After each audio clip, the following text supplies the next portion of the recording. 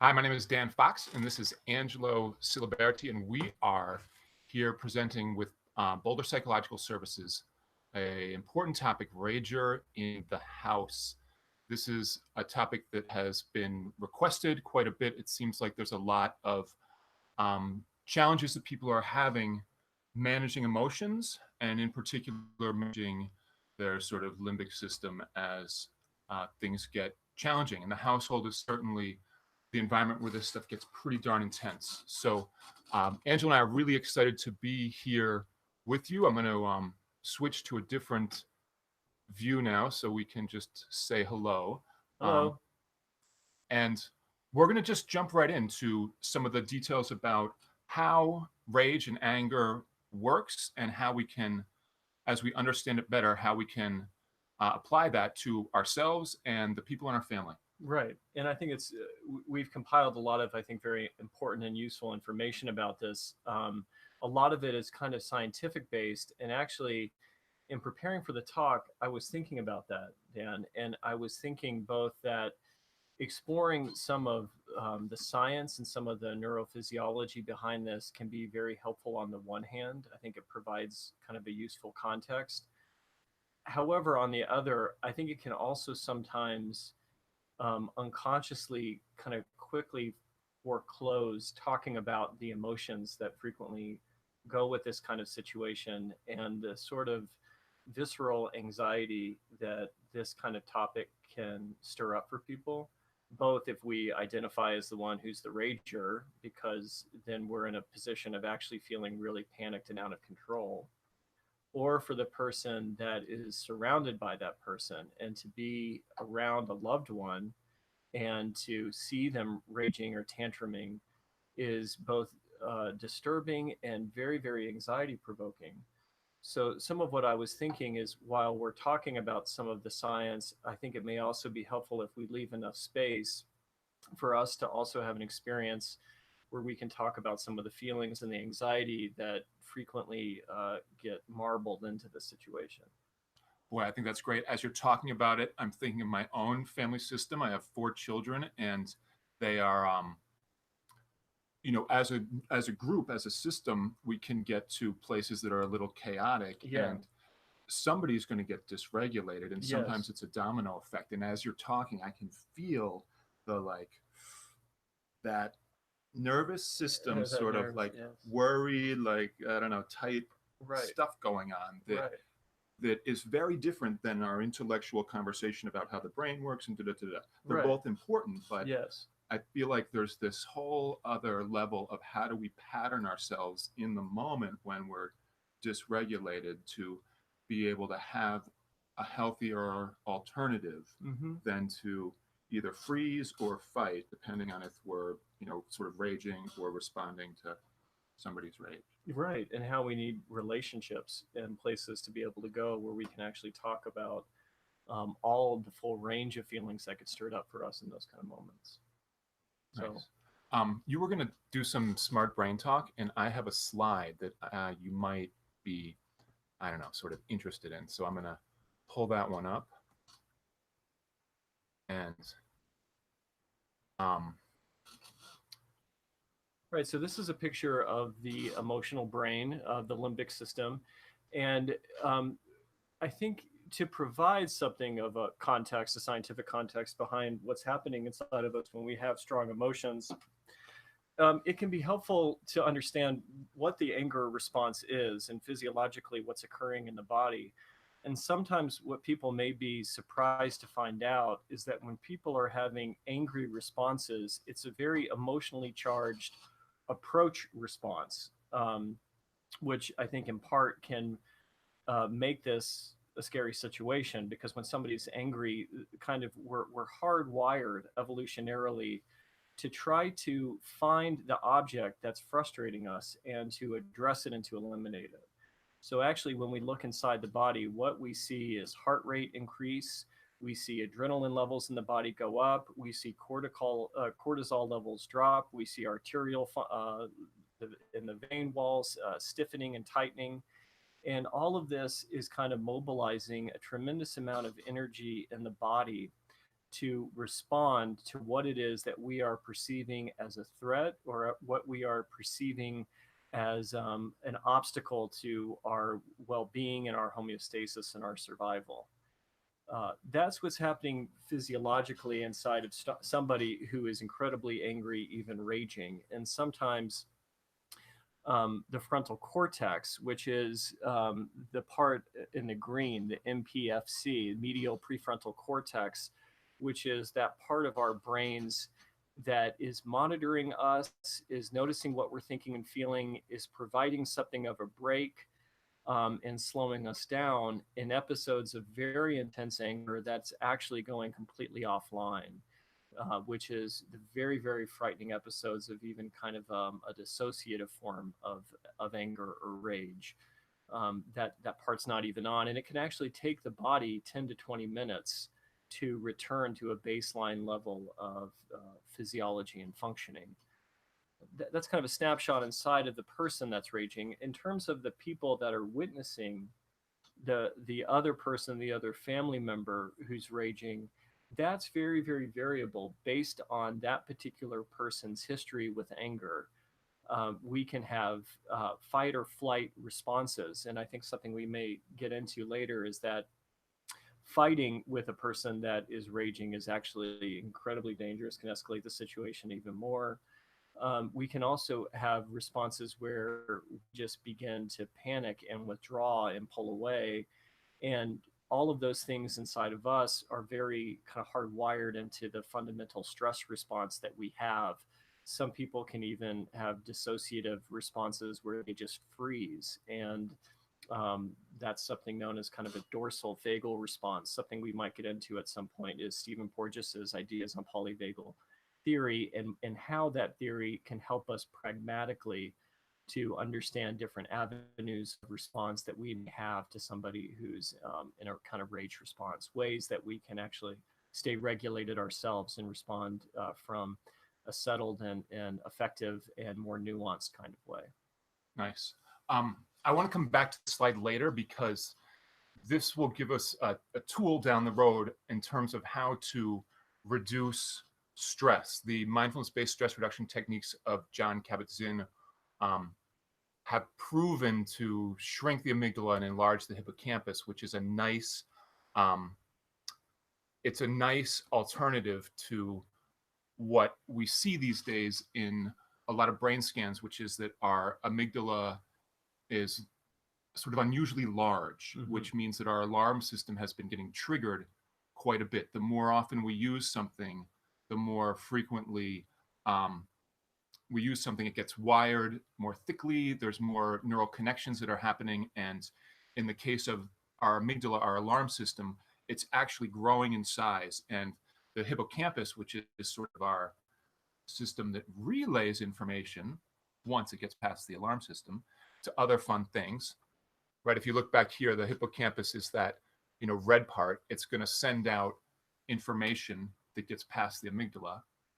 But if we're in a threat response, if our amygdala is oversized, it's not letting that info get past. We don't get to process it in other healthy ways. Stress reduction, mindfulness-based stress reduction will help us with that. But it's a practice. When we look at that in detail, it's something where it was classically taught, every day in a clinical setting, doing 2 or 3 sessions for a half hour each time to pattern the brain. And that's significant as we look at the developing brain on this slide. So I just want to set this one up for you, Angela. This is the maturing brain from age 5 to 20.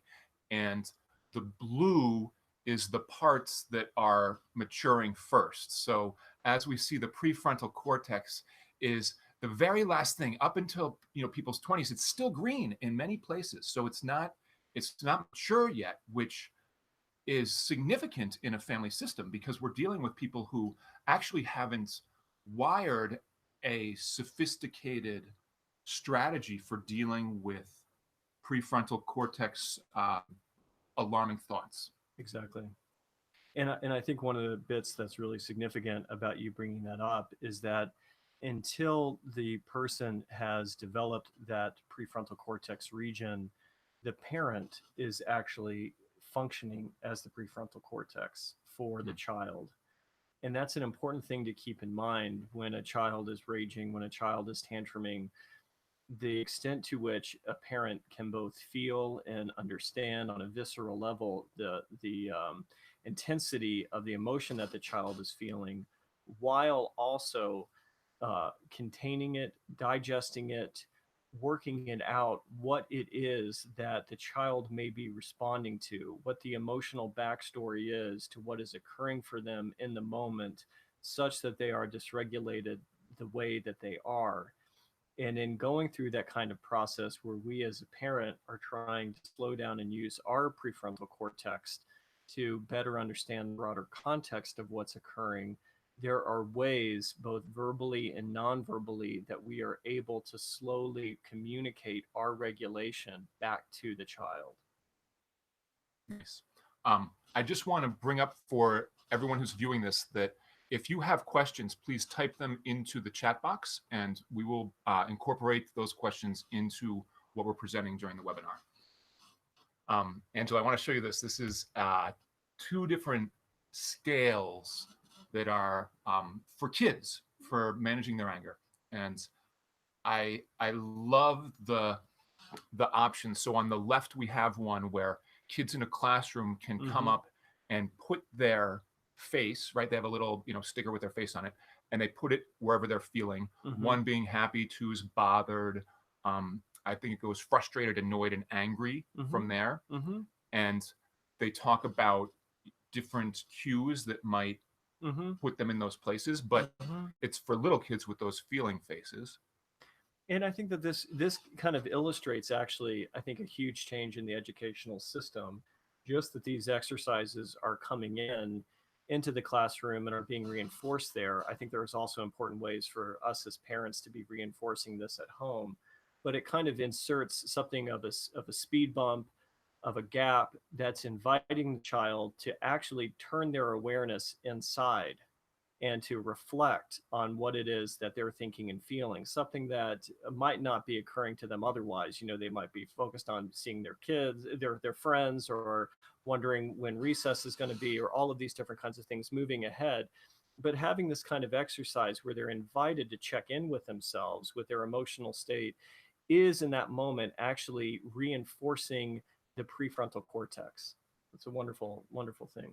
Nice. I want to talk more about this, but before we do, I'm just going to flip back to our view so that we can talk for a second, because I have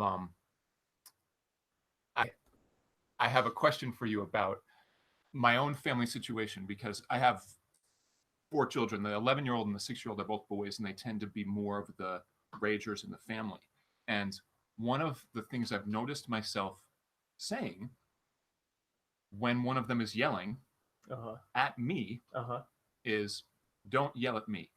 But I shouldn't say that I'm saying it, because I'm yelling it. Like, I get to this point where it's like, maybe 2-3 times in where they've sort of done the behavior, they've done the behavior again.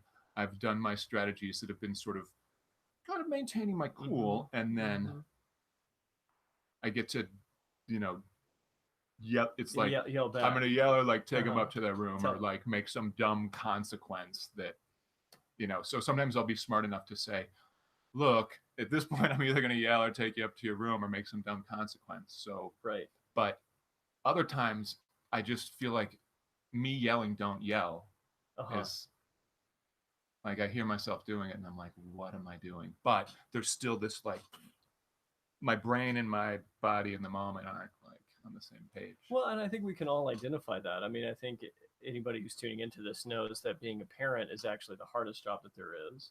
And we all have moments of losing it and getting induced and just responding in ways that we don't find helpful.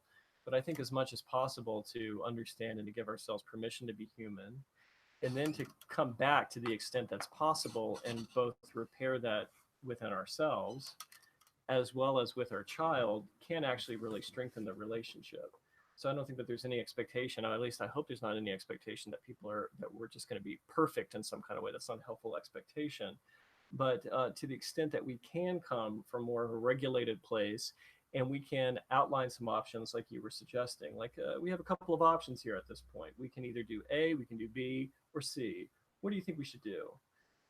Taking that kind of more collaborative, mindful response can be very helpful in terms of diffusing the situation. Easier said than done. Well, Much easier said than done. I But know as we talk nevertheless, about, patterning in terms of the brain and what that does in terms of repetition and how that creates stronger neural connections, there's also, I think, an application to the idea that interpersonal neurobiology, in terms of the way our neurons are kind of triggered by the behavior of other people and their emotional reactions of people that we're close to, and how when their neurons are triggered, activated. Yeah. right, we've got like mirror neurons that are doing the same thing. Yes. um, the suggestions that I feel like you're talking about have that sort of application or principle that we can practice these things, and the family system will benefit from that over time. It's like we're patterning that interpersonal neurobiology system, right? It's more likely as we do it that we get good at being able to problem solve instead of breaking down into a rage place. Well, and I think you're speaking to one of the starting points that we need to have in place in our relationships with our children or with our spouses, which is we have a very deep and primal need to feel felt, that somebody that is an important relationship to us understands and can feel what it is that we are feeling in that particular moment. That's actually hardwired into us as a very, very core need in order for us to feel seen and to feel safe and to have the capacity to be soothed. So, to be able to emotionally communicate in that moment to your child that you see and understand that they're angry and that you're going to help them with it, that the two of you are going to find a way to address what's occurring, is a helpful way to both join them and to then redirect some of that kind of energy. Mm-hmm. I like it. All right, I want to go back to this slide for a sec because it's got some applications for, I think, older kids. And my concern is that the one on the right here is something that my kindergartner was learning in kindergarten class last year. And I thought, this is fantastic, but what's happening in middle school and high school? Because to me, there's so much that's going on in terms of the brain changing, that we're experiencing a tremendous amount of evidence that kids are having a hard time during adolescence managing their emotions. Yes. And I was thinking as I was preparing what I wanted to talk about today that a nutrition class in high school goes into a lot of detail, and they spend a semester on how to eat in a healthy way, but how to take care of our emotional world, how to make sure that we're just kind of living in a way that's self-nurturing. I feel like that's a little bit secret, right? It's almost as if they assume that, hey, by kindergarten we've sort of we've got these charts, and that ought to They've do got it. Right. Yeah. Right. And I think maybe at a different generation that was maybe less or more the case, but it seems like these days we need more of this more frequently to be able to really have kids, as their mind goes into adulthood, get more education about how to manage their world and understand the landscape. Absolutely. Well, and I think that provides a further context for them to both understand that the feelings that they're having are actually quite normal. They're developmentally appropriate, not to mention the fact it is incredibly stimulating to be growing up as a young adult in this day and age. I think far more stimulating. I am grateful every day that social media did not exist when I was growing up and was having to contend with some of the conflicts it inherently brings up. But I think to the extent that it can be normalized and validated that people are having very strong feelings and that they're having strategies to work with them and respond to them is actually quite important. Yeah, these are some great questions. And I would definitely not use these with a middle or high schooler. I have an 11-year-old, 13-year-old in the house, and they would look at me and roll their eyes. My 6-year-old and 8-year-old would be fine with it, but I do think this is an elementary school tool, and that by middle and high school, you need to have a different way of having a regular way to check in, so that there's an opportunity to sort of understand what the baseline is and when things are out of sync, out of the norm. How might they do that? Do you have anything that has either not worked or has worked in your family or with your clients? I think the number one thing is that if I have an agenda of have they done their homework, are they on screens, and this is usually during transition. It's like when I come into the house after work, or when they come into the house after their soccer practice, or whatever, if I'm home for anything like that. So there's this kind of adult checklist of how to make the world function, and they're not necessarily on that page. And if I enter with that, it usually doesn't work very well. Telling them what they need to not be doing or what they should be doing. Like, that is no kind of check-in. Not only is it not a check-in, it's not even like any kind of it's not even any kind of functional thing. It creates more potential for rage, because they're sort of in their own transition, and for me to kind of bombard them with my adult mind with a checklist isn't that cool. So the best I've been able to do is to find those times where they're already kind of hanging out and regulated. Often, like for my 13-year-old, she's just sort of hanging out on her bed and just watching whatever, or reading or writing or doing something. She draws a lot of pictures, and I'll just kind of come up and tootle around her room and just sort of like poke fun at her a little bit for like all the mess and stuff, and clean up a little bit and just yuck it up. And it's those things that to me feel like the check-in. Kind of taking advantage of downtime. Right. The like, have you done your math homework? Did you put the chickens away? Da-da-da-da-da. That's like the chore list. And well, and in some ways, in those kind of moments, we're actually asking them to regulate us. With the chore, that is a really, really good point. I mean, it really is the case, and I think that we can all appreciate this, that we approach our kids with our own stress and our own anxiety, and there's a sense that we're asking them to help us with our to-dos, and it's actually less in that moment about their emotional life than our emotional life and needs, versus having those moments and taking advantage of those moments where we can be genuinely open and receptive to what's happening for them. Sorry, I'm just making sure I can hear through my earpiece. I want to look more at this idea of how do we check in with kids as they get older, because I feel like there's a lot of tension with older kids where they feel like, hey, you're on my case, leave me alone. And, you know, with me and my 8th grader, I feel like this isn't even the typical crescendo. To me, in my experience working with adolescents, that tension with parents happens, I don't know, more sophomore, junior year, sometimes even senior year.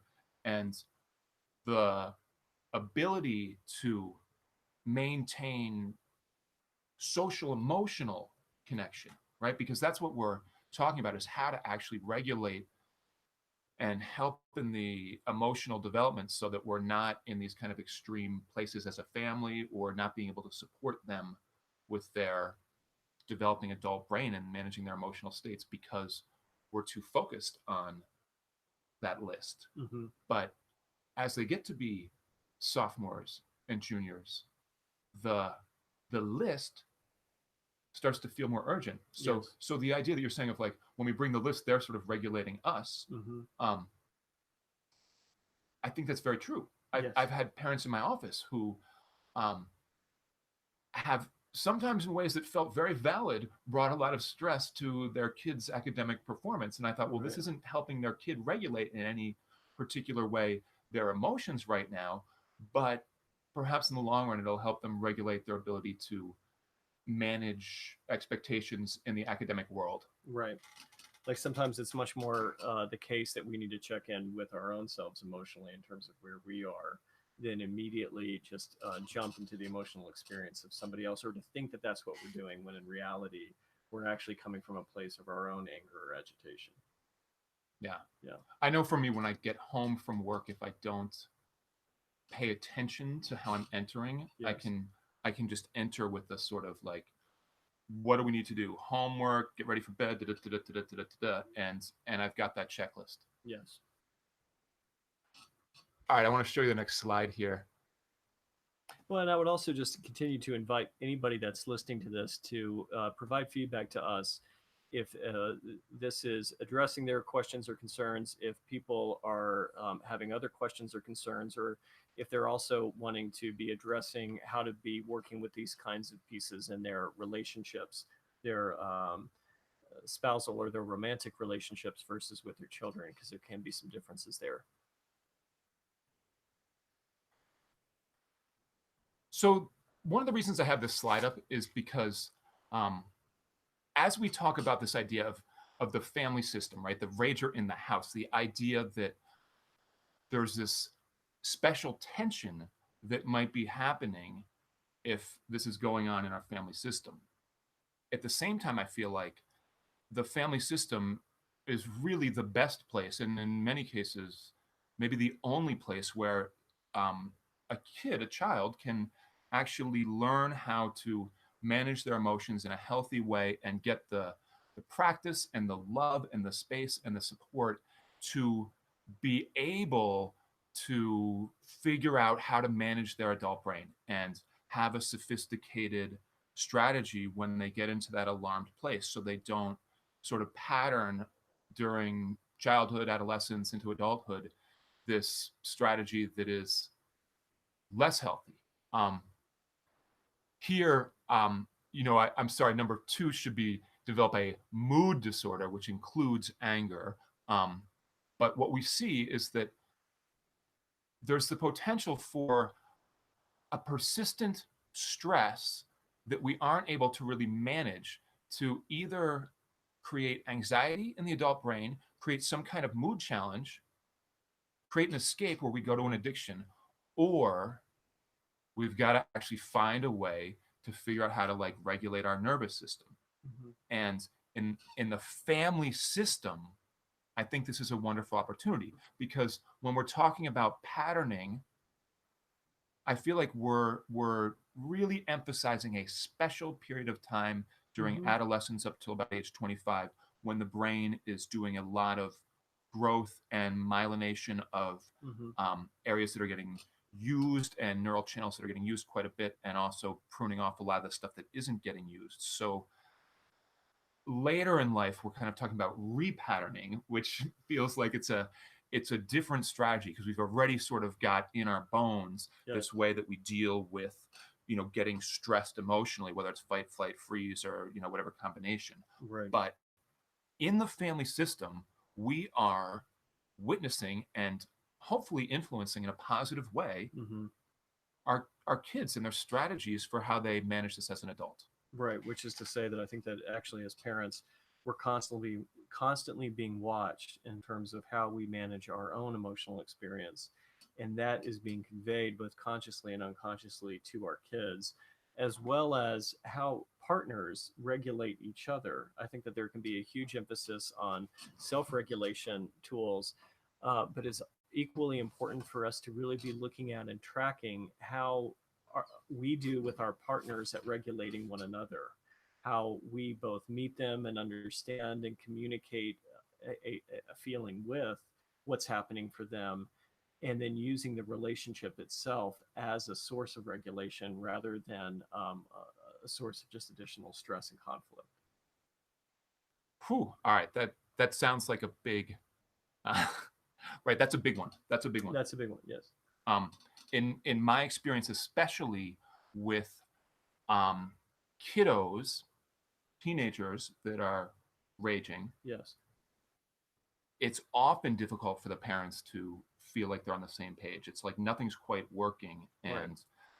eventually, if you persist in a situation where nothing's working long enough, the easiest target is like the nearest available person, and it's like you're doing something wrong. No, you're doing something wrong, and I feel like The blame just escalates. right, Yes. and it's I hear the theory, but the the practice seems like very um, tricky, right? We have to again and again and again take that time to check in a ritual way, the same way we were trying to do when we talked about doing that with high school students. We've got to do that with our partner and find a way to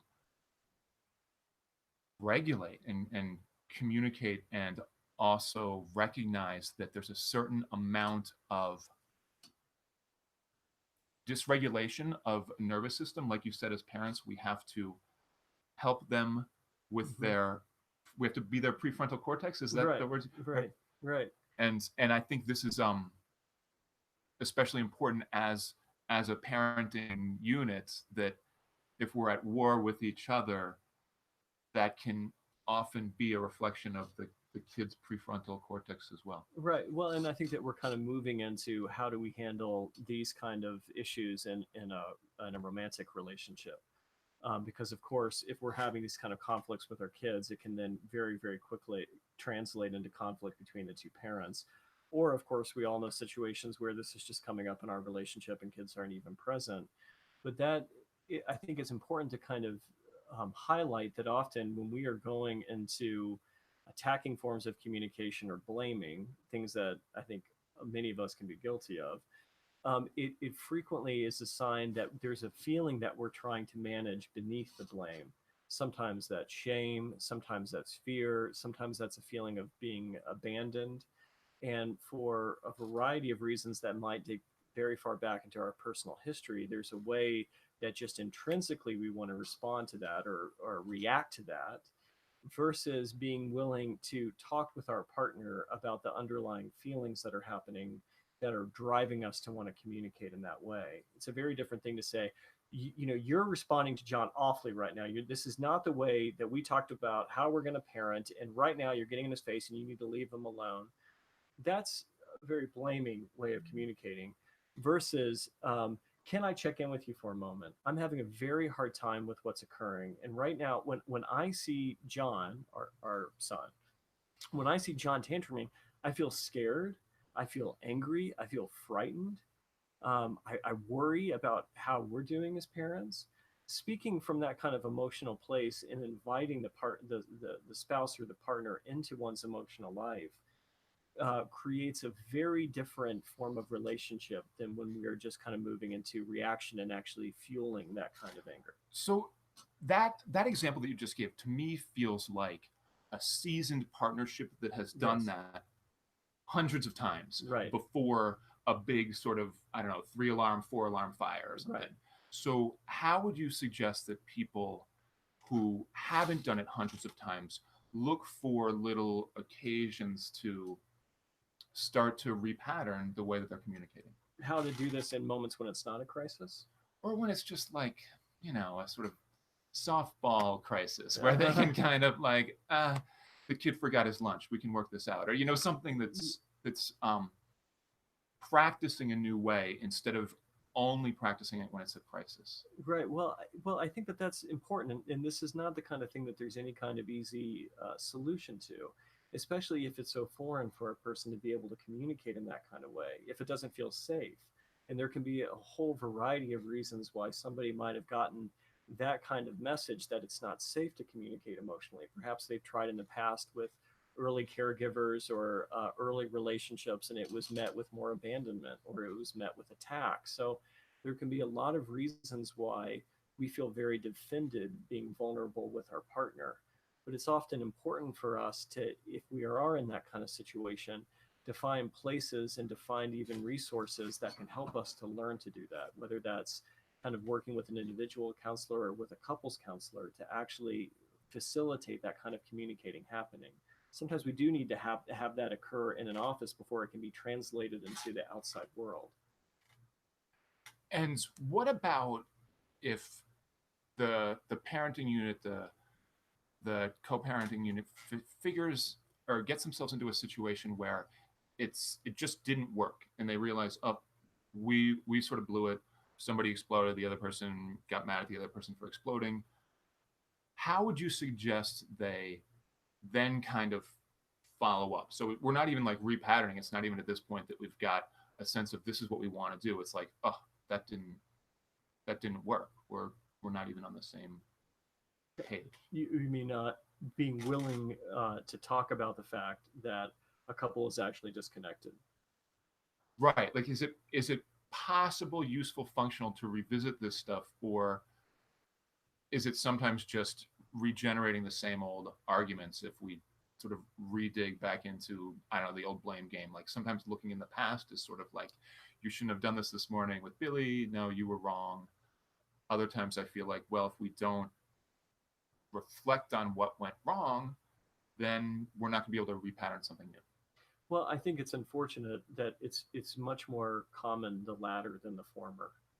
That when we try to revisit some of the hurts and some of the resentments from the past, unfortunately, what happens if we don't have a new way of communicating, we just end up regenerating the same conflicts over and over again.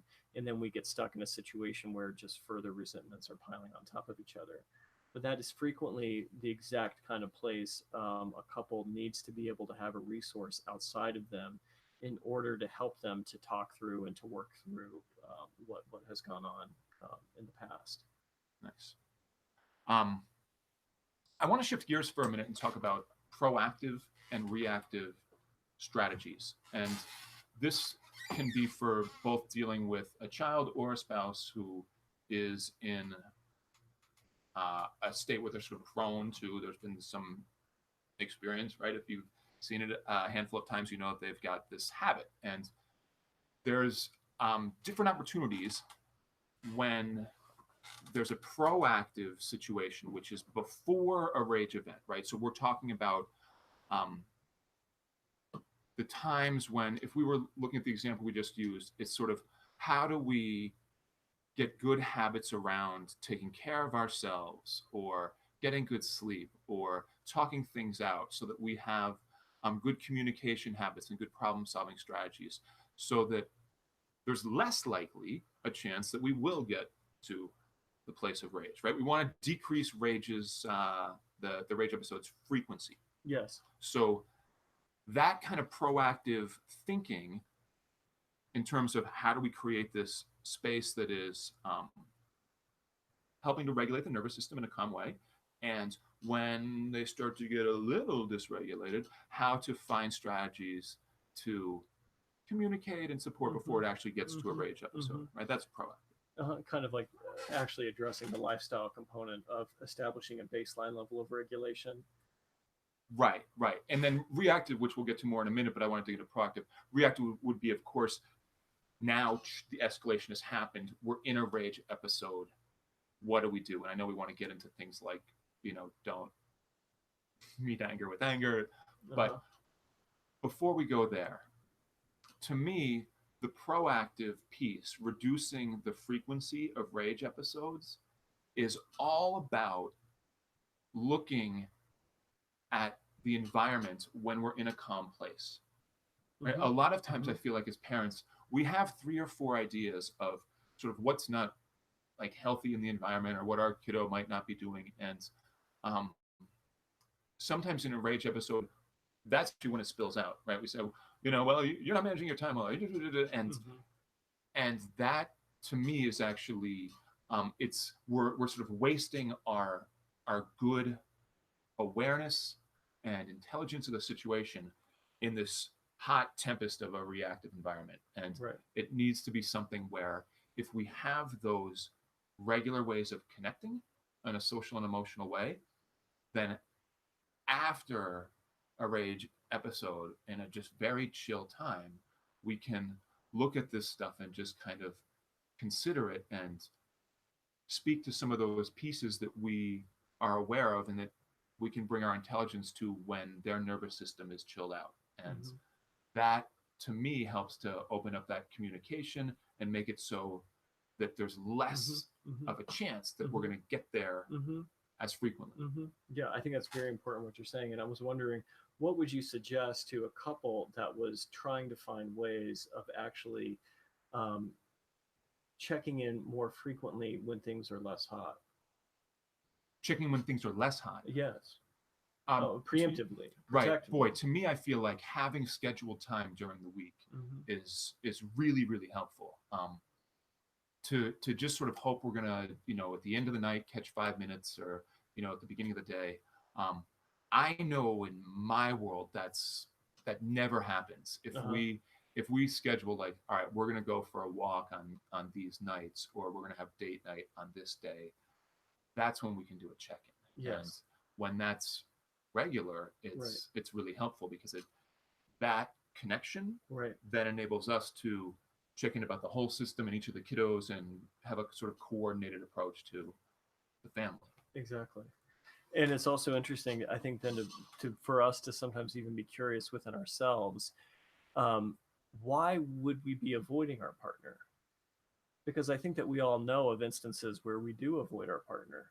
And it's curious what's happening there for us. And I think frequently it has to do with our own willingness to acknowledge the tremendous amount of ambivalence that we may have about the relationship, about the partner that we have, that both the person that we love and that can also be a tremendous source of comfort to us is also frequently a source of frustration because they're not doing it. So it creates situations where the person that we love, we also have a tremendous amount of other feeling for.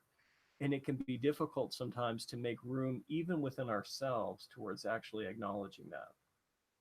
Boy, that reminds me of this study, no surprise, that found that people that had been married for a long time were soothed more by their pet than by their spouse. Yes, exactly.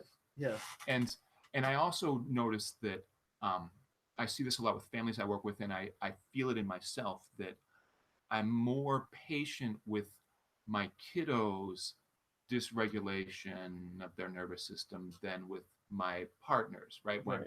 When she does that, there's I'm quicker to just be like, well, Right. Like no patience, right, no patience, no bandwidth, patience. no bandwidth for the partner's dysregulation. And often, I think it's a curious thing. Infinite patience for mine. Infinite patience for yours, right, yes. right. But it's a curious totally thing because we often have the feeling, well, if there's something's happening for you, then how's there going to be room for me? Like, you're supposed to be here for me.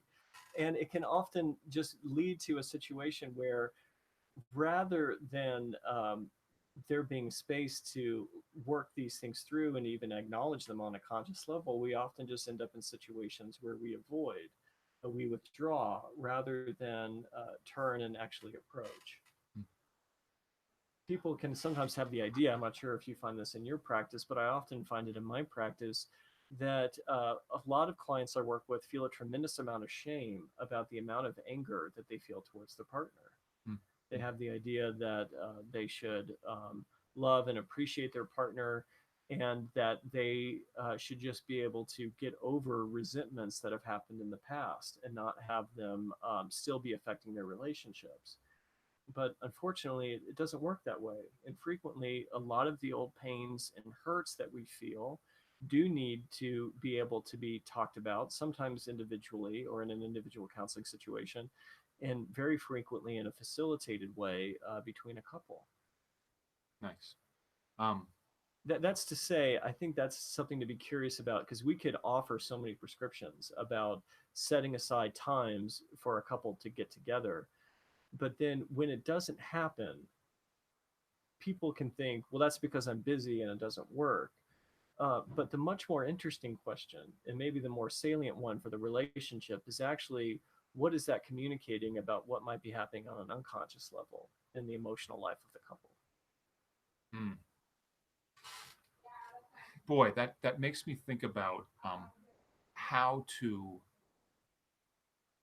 practice getting at that, like how to give yourself space to slow down enough so that you can kind of pay attention to what's causing these reactions or what you're avoiding. And being willing to do that. yeah. Yes.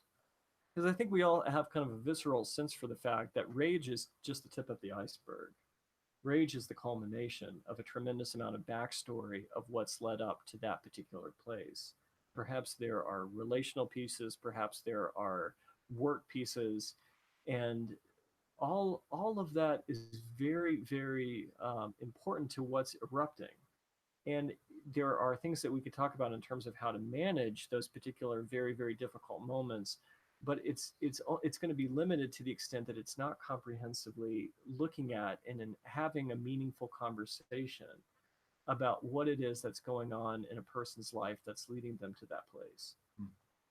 So in a calm, regulated space, really slowing down and trying to just understand and look at different aspects of your life and how we're sort of experiencing the day internally. What are the different factors that are creating stress?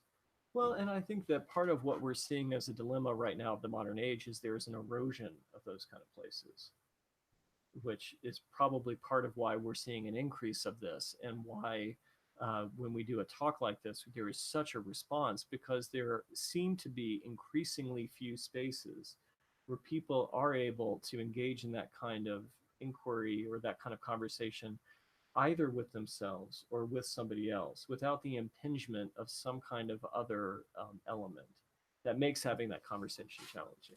So one of the things for me that in terms of that impingement of some other element, right? It's like the blame shame thing. It's like, Right. oh, if I'm looking at this and I'm looking at some of the roots of this, it's hard to feel like I'm already really trying to just kind of keep my world functional, and now I've got to see Right. that there's some Spinning all these plates. right. I've got to like Yes. work on stuff on the inside. Yeah. But I think the next step, and this gets back to what are some proactive measures we can take, is to envision a different way of doing things or envision a different kind of future or a different day-to-day habit, and then try to rehearse that and imagine ourselves getting into the next day or the next couple of hours and living into that in our minds so that we can bring some positive energy towards the future, because I feel like dwelling in the things in the past that were sort of inconsistencies about our own self or things that we felt hypocritical about. There's an important process of like acceptance and acceptance of ourselves and others, but I often feel like we get into that shame blame thing. And one step forward is to go, all right, what's the vision? What are we looking for? What do we want? Where What's do we going to go make from us, here? where do we go from here? Yes. And then how do we, in our minds, kind of rehearse the steps, imagine ourselves doing it in a sort of sensory rich way so that as we experience, say, this emotional challenge, we have a new plan and we've seen ourselves doing it. And then over time, now we've practiced it a few times and it gets more and more traction. And what would you say might create that kind of shift from looking at the past with blame and resentment to actually looking at the future with more a sense of possibility? Boy, I feel like the challenge that I've found and seen so often in my office is it's like the blame game. We're usually having these conversations with somebody that we're in a very intense relationship with, right? It's like parent-child or spouse, and there's this sense that something is off, and it's hard not to go back to, well, you could have done it, or you could have, instead of going, all right, next time I'm going to try this. Right. And sometimes looking forward is really just looking backwards in disguise. It's like, well, next time I'm hoping that you don't do what you did last time, which doesn't really, count as envisioning a different way to do it. Like what are the actual behaviors that we're leaning into? How do we feel towards each other instead of, I don't want you to mess this up. Exactly. Your camera's getting you in a funky angle. Oh, it is. Pull back. See, it's catching my beard. Yes. So I want to shift into reactive because we've got about 10 minutes left. If there's any questions that people have, bring them out there now because I want to make sure we can get to those. But once somebody's actually in a rage episode, I've seen a lot of challenging things happen. There's aggression, there's verbal abuse, threats of violence, kids running away, jumping into cars, doing all sorts of dysregulated things. And I think it's really important to have a plan before we get to those moments. Yes. Help us. What do you think? Well, I'd be curious, your kind of go-to strategies. A lot of what I talk about in terms of preemptively having in place is when somebody is at a very, very intense level of dysregulation, there's often a kind of set of tools that need to be used. Some can be personal tools that a person actually leaves and goes to practice. And then there can be kind of interpersonal regulating tools that are ways of communicating in those kind of moments. But what I often encourage for the clients that I work with who have a tremendous amount of anger is to use um, a series. It's an acronym called TIPP, T-I-P-P. This is from the dialectical behavioral therapy background, but it stands for temperature, intense exercise, paced breathing, and progressive relaxation. The temperature is for extremes of temperature. So actually, when a person is highly dysregulated, being willing to either take a very hot shower or a very cold shower, being willing to dunk their face in cold water. It stimulates the trigeminal nerve, which actually activates the mammalian dive reflex, which is a physiological response that slows everything in the body down automatically. That can be a very helpful one. It's also something that people can stimulate to another extent by gripping pieces of ice. Um, so so temperature in those moments can help to actually really kind of shift the momentum of a rage episode. Intense exercise, somebody being willing to leave for the moment and sprint or just kind of discharge the energy that they're carrying in their body in some kind of very, very physical way can be helpful. Paced breathing. I think a lot of us realize that breathing is one of the ways that we can quickly kind of hijack the body's nervous system. So paced breathing in the sense of inhaling for a count of 6, holding for 6, exhaling for a count of 6 to 12, and then holding for another count of 6. All of those are helpful, especially extended exhales have a way of activating the parasympathetic response, and can really help a person to self-regulate. And then finally, progressive relaxation, which is a protocol where people actually go through intense progressive series of muscles in their body and then shake and release them out. There are some audio-led instructions that people can even find on YouTube for progressive relaxation. But I will often talk with a client about some of these skills, and we'll even practice them before a kind of rage episode, so that they have some familiarity and repertoire with them. And then even a spouse or a person that's in their life, if there's been the step of actually really acknowledging this as an issue. Sometimes we need to even get there. Sometimes people aren't even willing to acknowledge that it's an issue. But to the extent that a person's acknowledged that it's an issue and that they're wanting to work on it, having some of these proactive strategies in place so that a person knows if they start to get dysregulated, they can actually leave and practice a skill for 5, 10, 15 minutes can be very helpful in terms of interrupting some of that momentum. Boy, that's great. I really appreciated hearing all the details about temperature, especially. And then I started imagining trying to get somebody who is willful and not really taking responsibility for their anger That's to like dump your head in a bucket of ice water, which I know is not what you're saying. But I feel like there is that extra challenge, right? Of if our spouse or our children are not on board with the idea that this is a problem and it's coming up right now, Mm-hmm. then we don't get to go, hey, let's activate those strategies that we've been talking about and practicing in more chill situations, which would be ideal, right? And having those in place, those tools, the sort of script of what we're going to do is an essential reactive step for the family system.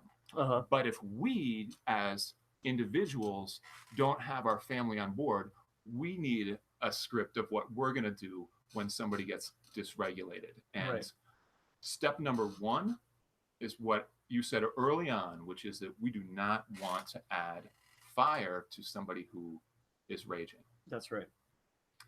And I think additionally, escalating is not helpful.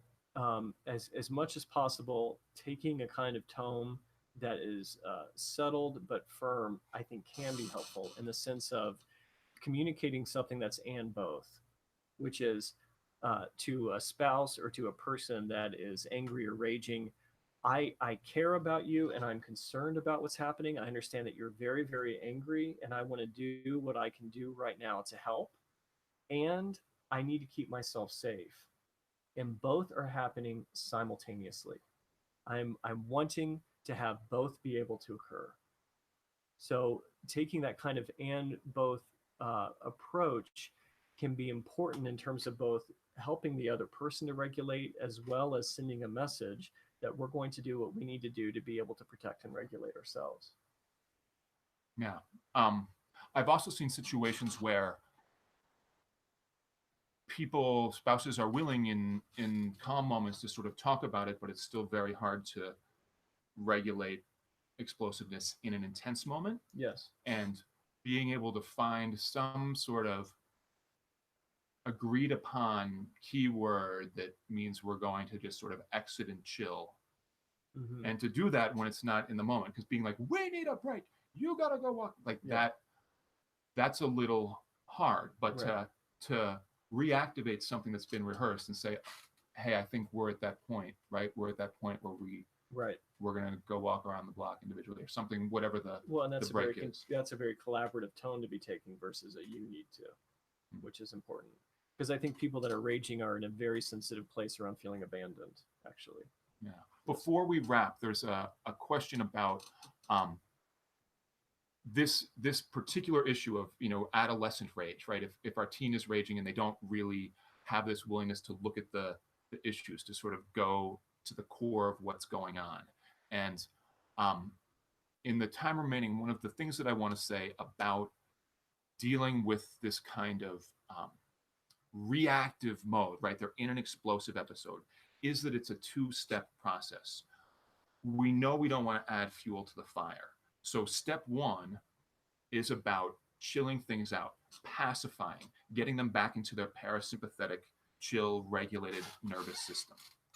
And then step two is to problem solve. Mm-hmm. So sometimes I'll say to people, we've got to chill it out before we work it out, or we've got to pacify before we problem solve. Right. And you'll be able to tell if your kiddo is ready and regulated, because if you try to get into problem solving mode and it's adding fuel to the fire, we haven't done step one enough. Mm-hmm. And sometimes step one requires sleeping on it, getting some food, setting up a time when we go and discuss this stuff.